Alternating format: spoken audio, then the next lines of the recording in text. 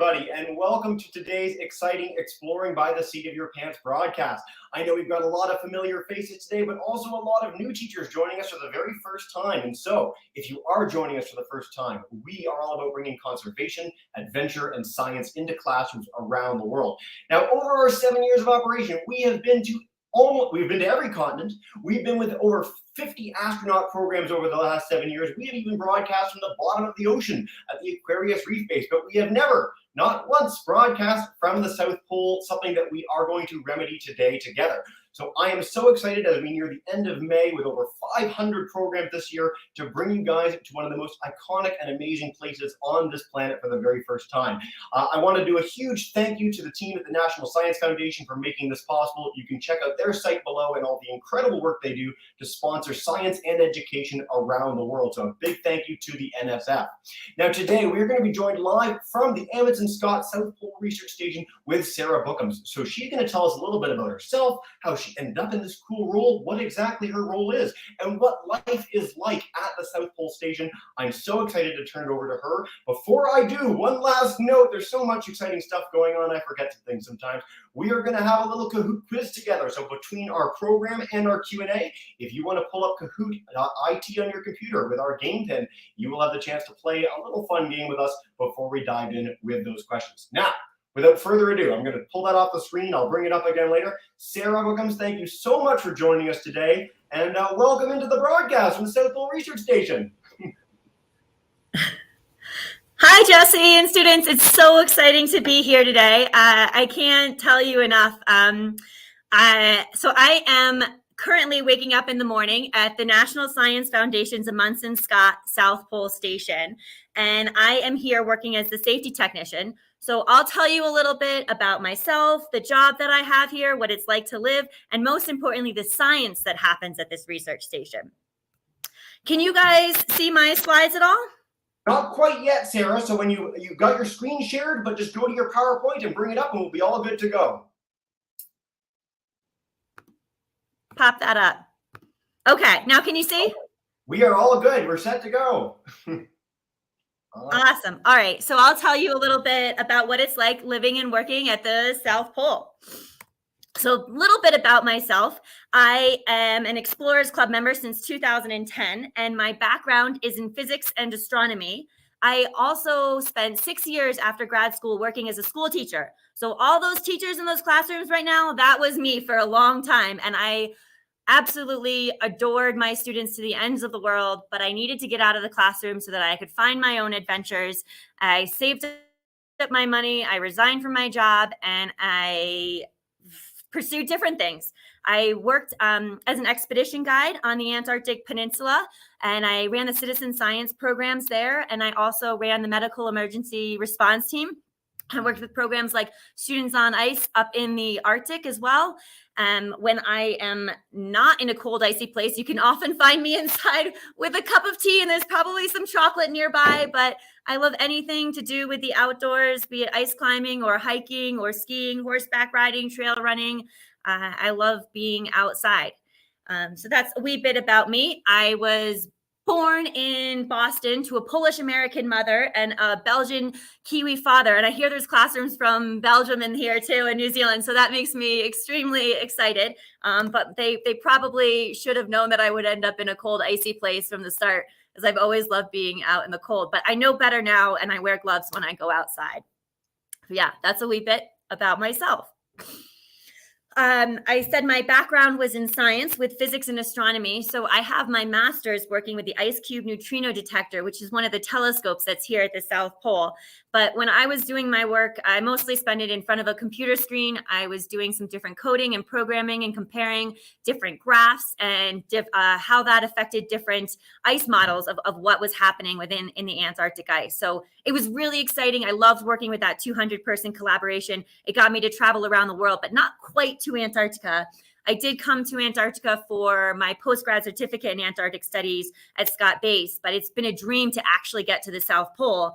And I was able to do that a decade later by working as a safety technician. So that's the job that I currently do here. So what's it like today here at the South Pole? It's a little bit chilly outside, but it's not the coldest that it's been. It's about minus 70 degrees Fahrenheit with 12 knots of wind. So that puts it at about minus 98 degrees Fahrenheit. And if that's too cold for you to understand, don't worry. I don't think I understood that those temperatures existed until I got here, but it is extremely cold. You have to wear a lot of layers when you go outside. On the menu today, I've had a blueberry bagel for breakfast already, but there's some eggs and oatmeal coming up, and there's some bacon. I'm a vegetarian, but there's plenty of meat options. It's only 6 o'clock in the morning here too. We operate on New Zealand time, so the station is kind of just waking up, but it doesn't really matter what time it is because the sun's never up right now.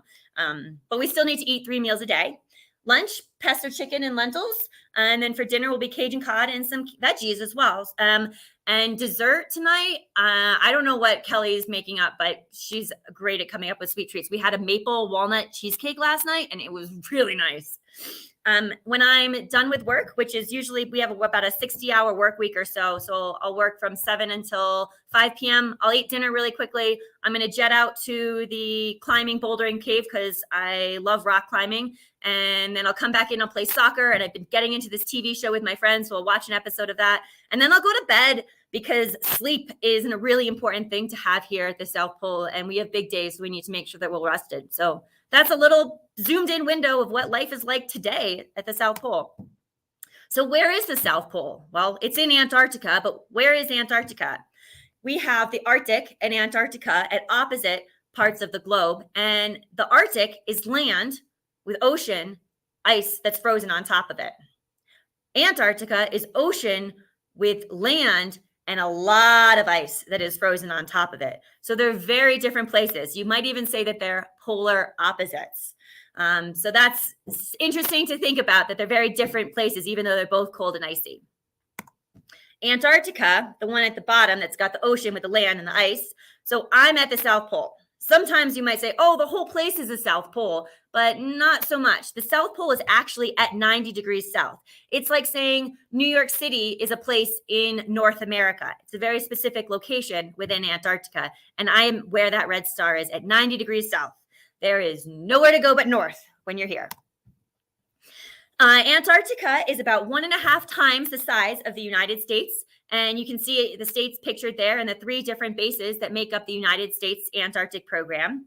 And Antarctica contains 90% of the world's ice and 70% of the world's fresh water. So it's really a rather large place that often gets brushed off the bottom of our maps, but it has huge influences on our global climate and ecosystems. Right, and the penguins. Antarctica is big and penguins are tiny, so they can't be everywhere always. There are no penguins at the South Pole or anywhere in the center of the continent. They all live near the edge of the continent because that's where the fish are and that's what they eat. So there's no penguins, there's no birds, there's no bugs, there's absolutely nothing that lives where I am at the South Pole. And there are absolutely no polar bears, but you guys already knew that. But I'm sure if a polar bear and a penguin ever got together, they'd have a great dinner party and all those penguins would get munched on up. But good thing they're never going to meet. Yes, Antarctica is a very extreme place. It is the highest, driest, coldest, windiest, emptiest, and cleanest place on this planet. That is the highest. There are miles and miles of ice underneath my feet before I would ever get to any land. So on average, Antarctica is the highest continent on this planet. Driest. There is more precipitation in the Sahara Desert than there is here. So think about that. It doesn't necessarily have to be hot to be a desert. There's very little snow and it's too cold to rain, but there's very little precipitation here at all. Coldest, minus 128 degrees Fahrenheit at Vostok Station, and that's without the wind chill. So that is a lot colder than it is even here today. And windy, hurricane force winds 200 miles per hour. You would not be able to stand up in winds that strong. Emptiest, there's no native peoples here. It's been just over 100 years or so since the first person has ever stepped on this continent. There's not any other older structures than that. No people have ever been able to live here. And in fact, the oldest huts that we do have are still around and preserved by the Antarctic Heritage Trust. So that is such a unique situation that we still have those first places that humans ever stepped on here. Our history here is so young. And coincidentally, it's the cleanest place on the world. There's not a lot of pollution, and that's one of the things that people here are working to make sure that Antarctica stays a pristine wilderness. Now, I could spend hours talking to you about the historic Antarctic explorers, but I'm going to have to curb that passion for another day. And I'm just going to tell you about these two people, Roald Amundsen and Robert Falcon Scott. And they are the reason that this station is called the Amundsen Scott South Pole Station, because they were the first two people to ski and walk all the way to the South Pole. And they did that back in 1911 and 1912. So I encourage you to go out and read more about them. But for now, we'll move on. So this is what I actually think is the coolest thing about Antarctica. It's nothing to do with the temperatures. It's the fact that this whole entire place is dedicated towards peace and science. The whole place. I've always said continent, not country. There's no prime minister. There's no vice chancellor. There's no president. The whole place is dedicated towards peace and science. And this happened back in 1959. 12 countries were starting to fight over Antarctica and say, hey, I want this piece. I want this piece. I want this bit. And they're like, whoa, whoa, whoa, whoa, time out. Actually, this place is too cool. We just all have to share it. So these 12 countries, including the United States and Russia, during the middle of the Cold War, said, hey, we're going to agree to share this whole entire place. And they have. And now there's 54 countries that have agreed to share Antarctica for peace and science. And they've added on documents to protect the whales and the seals and the birds and make sure that there's no mining or resources extraction. There's no nuclear energy or warheads. The whole entire continent is dedicated towards peace and science. I can't say it enough. It's just the most amazing thing to me that here, it doesn't matter your race or your religion or the color of your skin, you are an Antarctican and everybody works together. And that really is how it happens. You can see on this map here, all these different countries with all these different bases, and some of them are quite close to each other. And they'll have conversations and say, hey, how's your science going? I've got a new runway. You've got a plane. Do you want to come use it? Ooh, you guys are in trouble. Can we help? The midwinter dinner celebrations are coming up June 21st, and we've all prepared different greetings to send around to the different bases. So it is the most amazing thing about this place that the whole entire continent is dedicated towards peace and science, and everybody works together. And you can see there highlighted in the red circle in the center, that's where I am at the National Science Foundation's Amundsen Scott South Pole Station, the middle of it all. Yes, and there's not much here. Maybe you've seen some pretty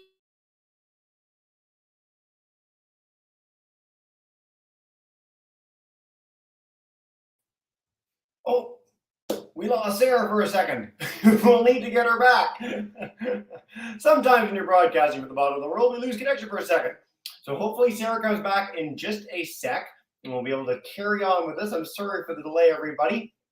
So well in test, so well before we got underway. So hopefully we can get her back in just a couple seconds. I'm going to shoot her a quick message, see if we can get this back going as soon as humanly possible. While we're waiting for that to happen, I will just note for everybody, thank you so much for getting involved in our Kahoot.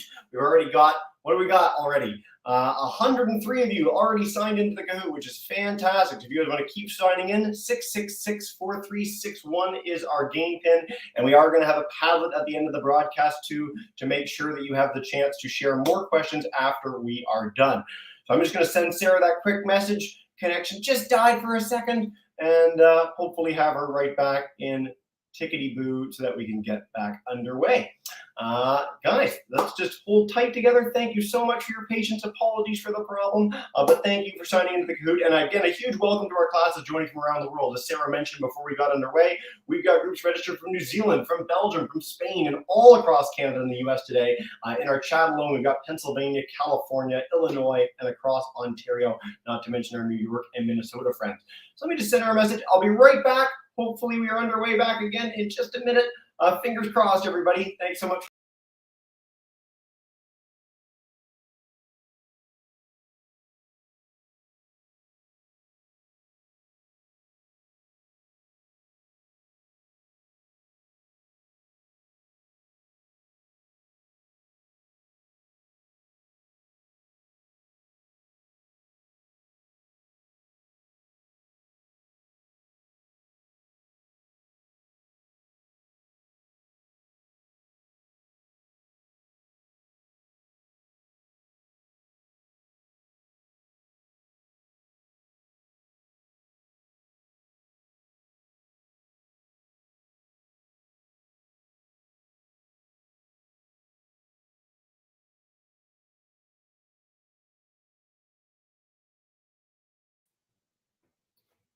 All right, what we might do together is I'm going to put a little thing in the chat for everybody as well. So you guys have this opportunity to see one of the cool things that Sarah hopefully is going to have the chance to talk about with us in just a minute.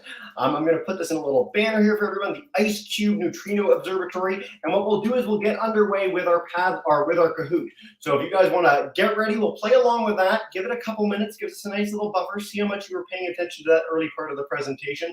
And then hopefully Sarah is back and we can dive right in. So putting the Ice Cube thing in the chat for everyone, and then we will get underway with our Padlet quiz or our Kahoot quiz. So there's 293 of you in so far, which is crazy. That's actually like an all-time record in Kahoot for us. So way to go, everybody. For those who don't know, the faster you answer, the more points you get. So we'll play along with this, see if we can get a winner here. You don't win everything, but you do win our everlasting respect. Sarah and I, wherever Sarah has gone to, and my respect. Let's do this thing and dive in, everybody. Do let us know who you are if you end up winning the Kahoot today. We're going together on a journey to the South Pole, of course. 3, 2, 1 before our first question. All right. Antarctica is how big compared to the US? We just talked about this a few minutes ago. Is it 1/3 the size? Is it exactly the same size? Is it 1.5 times as big, or is it 20 times bigger? Is it just massive, like ridiculously huge? 50 of you answered so far. Get those answers in. Faster you answer, the more points you get. And let's see. 160, 170. One more second. Oh, 220 of you got this in, and how many of you got it right? The answer is 1.5 times as big. 135 of you got that right. Way to go, guys. Classes that got that right. Lovely Rooster, currently in our lead. Got it like on the second we put it on the screen. Way to go. Okay, question number 2. How much of the world's ice is in Antarctica? Sarah did mention this as well, and it's ridiculous. So I hope you were all paying attention. 10%, 30%, 50%, or 90%?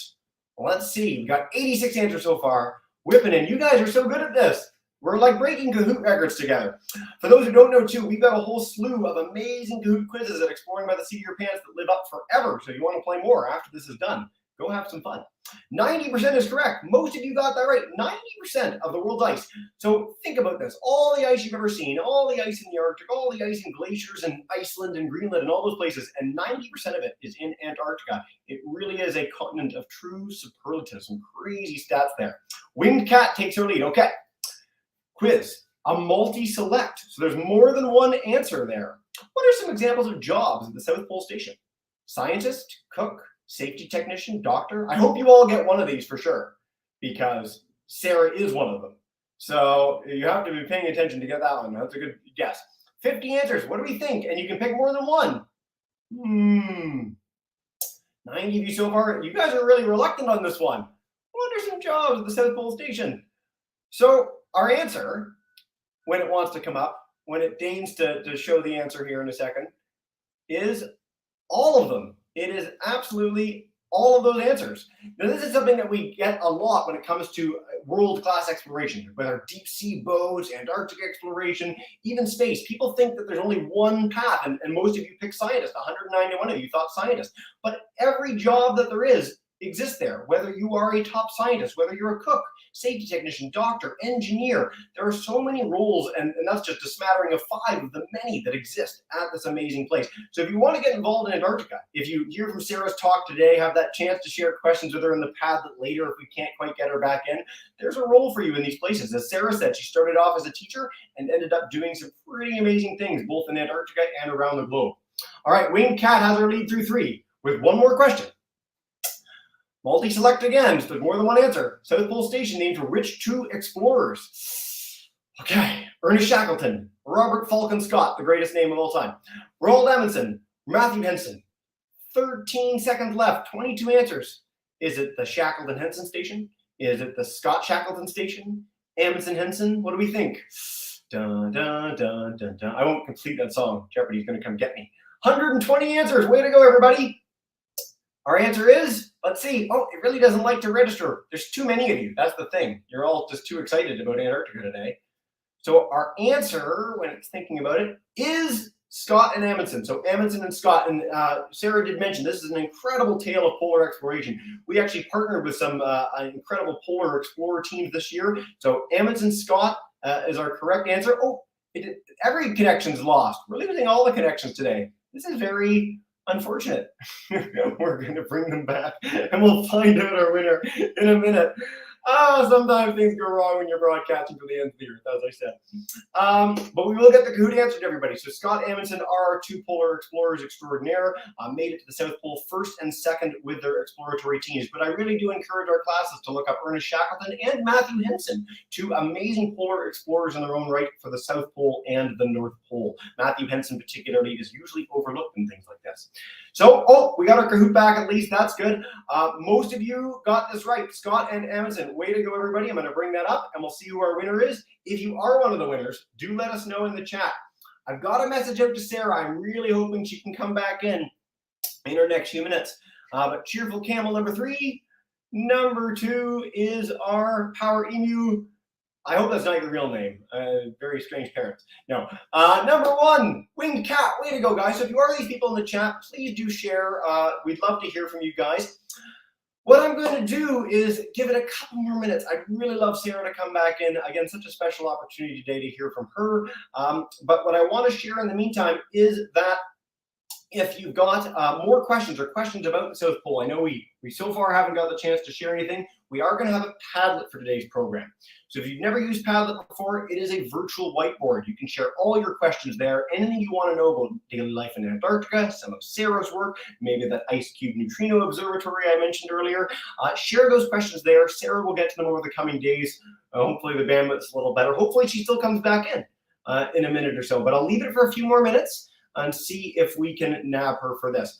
Now, while we're waiting for that too, I'll just note again, the NSF has made this possible, and it's so thrilling to have had the chance to chat with Sarah for those few minutes that we had her from the South Pole. Really, it's a quite incredible place, Antarctica, with such an emphasis on science and collaboration. The only comparable thing really is in space. With the International Space Station, you have people that are coming from all walks of life, all different parts of the world, collaborating together purely for science. So the NSF does an amazing job of facilitating that at the South Pole Research Station. And what I'll do too is get you guys Sarah's slide deck. So if you want to see some of those pictures, see more of that stuff that she was going to share, if we can't get her back in live, you'll have the opportunity to do that. And for our groups that are keen, again, we've got about 20 more programs left in the school year at Exploring by the Seat of Your Pants. So check out the website, exploringbytheseat.com, on social media there. And we'll hopefully have perfect connections for our remaining wrap-up, including our big Ocean Week coming up very, very soon. I want to disappear for one more minute. I'm going to really try and get Sarah for us. Hold tight. And when I'm back, worst case scenario, if we can't get her today, I'll make sure all our registered groups from around the world have those links so you can share those questions, keep the learning going, and hopefully we can find a time to reschedule and get her back, worst case scenario. So stay tuned. I'll be right back in a minute, and we'll either wrap up or keep going from there. Thanks, everybody.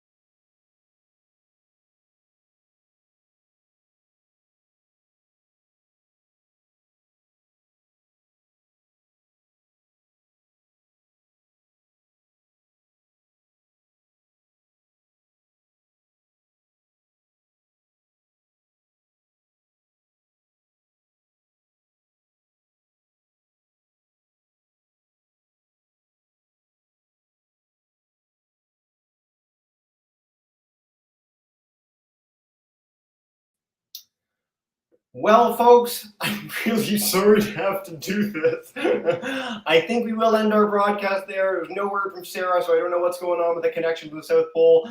I really do apologize for this, but I appreciate you guys all coming in. And again, stay tuned in your email in just a minute. I'll make sure everyone has all that information, lots of opportunity to share questions, learn more, have a lot of fun.